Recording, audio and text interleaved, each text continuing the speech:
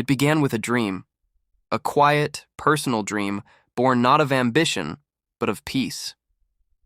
Years ago, after decades of grinding corporate work and stressful city life, I bought a lakeside property nestled at the edge of a gated community. The view was serene, the water still as glass most mornings, and the quiet hum of nature was more valuable to me than any square footage. But what made this property truly special was the tiny wooded island that sat just offshore, only 30 or 40 feet. From the backyard, floating like a forgotten piece of paradise, it was overgrown when I bought the place, tangled with vines and wild brush. But I saw more than an island. I saw escape. So I spent months clearing it out, planting flowers, hauling wood, and finally building something I had always wanted. A simple wooden bridge. It wasn't flashy, it wasn't a modern steel beam marvel. It was handcrafted, just me, a few friends, some lumber, and a lot of long Saturdays. By the time it was finished, it curved gracefully from my lawn to the little island like something out of a Miyazaki film. I called it the Peace Path. I'd take my morning coffee across it. I'd sit on the island in the evenings, listening to loons and the soft ripple of water brushing the shore. It was my sanctuary. But then the HOA found out. At first, they were curious. Some board member saw it while kayaking and sent a friendly note. Please provide plans and permissions for the structure spanning the lake. I responded politely, explaining that the bridge was on my property, leading to a privately owned island, and built without encroaching on any easements or common ground. I heard nothing for a while. Then, the letters started. Cold. Officious. Language. Unapproved structure in violation of community guidelines. Failure to obtain prior architectural approval. 30-day notice to comply or face legal action. I was stunned. I reviewed the bylaws, my deed, everything. Nowhere did it say that my part of the shoreline or the lake directly behind my house was under HOA jurisdiction. I wrote back, with evidence. They dismissed it. I invited them for a conversation. They refused. Then came the threats of fines, thousands of dollars a week if I didn't remove it. It escalated faster than I could believe.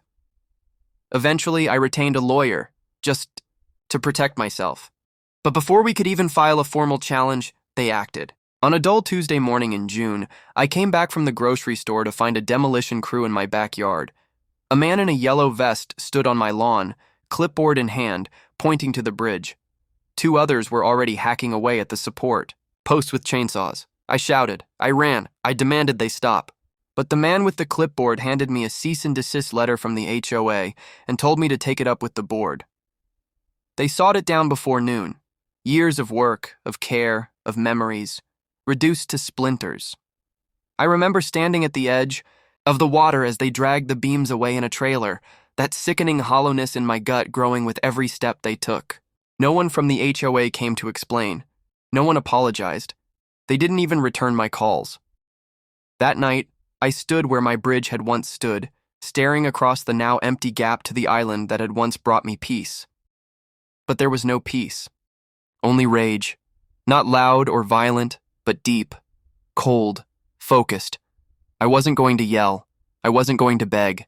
I was going to win. And I knew exactly how.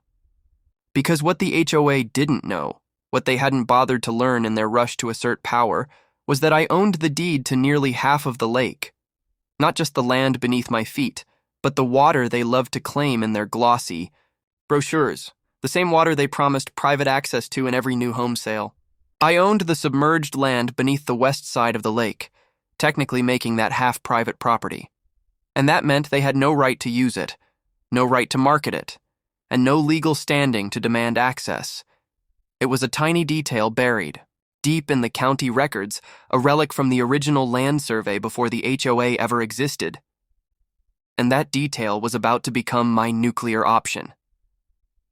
That night I didn't sleep. I planned. I called my lawyer. I called a surveyor. And I called the county records office. What they did was personal, but what I was about to do would be permanent. The morning after the bridge came down, the lake was quiet. Too quiet. Not in the peaceful, contemplative way it used to be when I walked out to the island with a cup of coffee, but in a hollow, post-invasion way. The air felt scraped raw, like the soul of the place had been yanked out along with the bridge supports. But beneath the numbness, something colder was settling in. It wasn't just grief. It was calculation. Because the HOA had made a critical mistake. They thought they were dealing with a man who only loved nature. What they didn't realize was that I also knew how to fight in boardrooms, in contracts, in court filings. I didn't build a quiet life here because I was weak. I built it because I had already played the game, and I knew how to win it. While they were busy measuring grass height and color-coding fences, I was rereading my land deed, line by line, word by word. Then I read the bylaws of the HOA, again, then the property survey, and then I called my attorney. See, the HOA had been marketing this lake for years as community accessible, even though they had no legal title to the west side of it, my side. The land under that half of the lake was part of my purchase, a little-known provision from when the land was subdivided long before the HOA formed. Nobody else had paid attention to that clause because no one had tried to restrict or regulate me, until now. And that clause was about to become my scalpel. With my attorney's help, we prepared a cease and desist notice. It was dry, precise, unshakable. It stated that the Homeowners Association was illegally granting access to private waters. Effective immediately, any community docks, events, or advertising that suggested lake access on the west side must cease. Kayakers and paddleboarders found polite but firm signs posted along the shoreline. Private waters, no trespassing by HOA order. I had security cameras installed at the shoreline entry points. A local security firm was contracted to document any violations.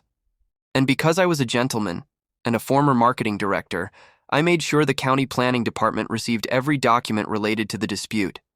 I wanted them to see just how carelessly this HOA had been operating. Then I took it a step further. I contacted every real estate agent in the county. Every listing that featured lake access now required disclosure. Only homes on the east side had true communal lake rights. Suddenly, the neighborhood didn't look so golden. The east side homes began selling slower, then not at all. The board scrambled. They scheduled a meeting. They didn't invite me, but I showed up anyway, with my attorney. When they tried to silence me, I reminded them they were technically operating on land where the lake frontage belonged to me. The looks on their faces were priceless. That night, they went from smug bureaucrats to stunned homeowners realizing they had underestimated the wrong man. Over the next few months, the cracks deepened. A waterfront property that had been listed at $950,000 quietly dropped to $835,000. Another one, further up the shore, was pulled off the market entirely after 3 deals fell through. I didn't gloat. I simply watched. I watched as the dream they had sold, luxury lake community, turned into a complicated legal maze that made buyers nervous. By year's end, appraisals across the community were down, not by a lot at first, maybe 3%, 5%, but in real estate, that's a slow bleed. The HOA sent me a letter, a very different one this time. It asked for a meeting. They wanted to revisit the bridge issue and discuss shared goals for community harmony. I didn't respond. I didn't have to. They made their choice. They used their power to erase something personal and meaningful to me. And now I was simply using my rights to draw a line, a legal, ironclad line, around the peace they tried to take. In the spring, a new couple moved into a smaller home on the eastern shore. I met them once walking my dog. The husband looked at the lake, then at me, and asked if the rumors were true, that the HOA no longer had full lake access. I nodded. He whistled. "Guess that explains the discount," he said with a smile. "Not that we mind. We're here for the quiet anyway." I smiled back, not saying a word, because that was all I wanted too. Quiet. But the HOA wouldn't let me have. Not until they tore down my bridge. And now, every time they try to pretend it didn't matter, they see the difference it made. Not in wood and planks, but in dollars and deeds. My bridge may be gone, but so is their illusion of control. And I've rebuilt something stronger than a path across water. I've rebuilt the boundary they crossed, and this time, it won't come down. Not for chainsaws, not for pressure, and certainly not for their pride.